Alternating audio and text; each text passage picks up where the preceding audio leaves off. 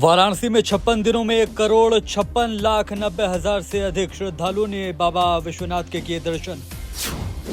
PM Modi ने रूस के राष्ट्रपति पुतिन से फोन पर की बात, द्विपक्षीय, क्षेत्रीय और वैश्विक मुद्दों पर चर्चा। प्रयागराज में एसडीएम ज्योति मौर्य केस में यू टर्न, बैकफुट पर आए पति आलोक ने आरोप का केस लिया वापस। मुख्यमंत्री मनोहर लाल का ऐलान, ग्रुप ए और बी की नौकरियों में पदोन्नति में भी मिलेगा 20% रिजर्वेशन। गुजरातियों को ठग कहने के मामले में मानहानि के केस में फंसे तेजस्वी यादव, अहमदाबाद कोर्ट ने भेजा समन। भारतीय हॉकी टीम के पूर्व कप्तान प्रबोध तिर्की ने किया ऐलान, ओडिशा में कांग्रेस पार्टी में होंगे शामिल। 2 सितंबर को दोपहर 11:50 पर श्रीहरिकोटा से लॉन्च होगा आदित्य L1, इसरो ने दी जानकारी। जियो 5G में हमारी अर्थव्यवस्था के सभी सेक्टर्स में बदलाव करने की ताकत, मुकेश अंबानी का बयान।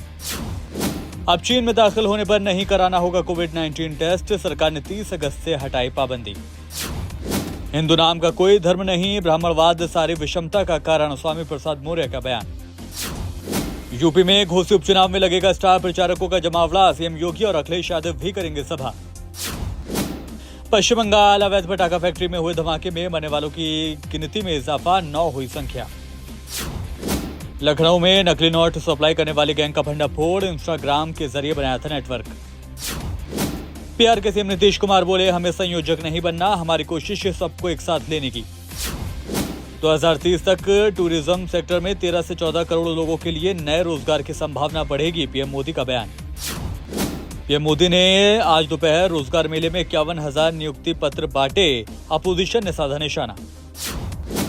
असम में लगातार बारिश से बिगड़े हालात, डिब्रूगढ़ में ब्रह्मपुत्र नदी खतरे के निशान के ऊपर। अगर नूंह में फिर हुई हिंसा तो सिर्फ हरियाणा की भाजपा सरकार होगी जिम्मेदार, बोले ओवैसी। एमपी में बीजेपी निकालेगी 5 जन आशीर्वाद यात्राएं, 3 सितंबर को अमित शाह चित्रकूट में दिखाएंगे हरी झंडी। लालू यादव पर बीजेपी का हमला, उन्हें स्वास्थ्य आधार पर जमानत मिली, फिर बयानबाजी क्यों। बीजेपी महासचिवों की 29 अगस्त को बैठक, जेपी नड्डा करेंगे अध्यक्षता। कोटा में कोचिंग सेंटरों में छात्रों के रूटीन टेस्ट पर 2 महीने तक लगाई गई रोक, हाल ही में की थी छात्र ने खुदकुशी। दिल्ली मेट्रो स्टेशन पर भारत विरोधी नारे लिखने के मामले में संदिग्धों की हुई पहचान। और आज सावन का आखिरी रहा सोमवार, देश भर के शिव मंदिरों में उमड़ा श्रद्धालुओं का जनसैलाब।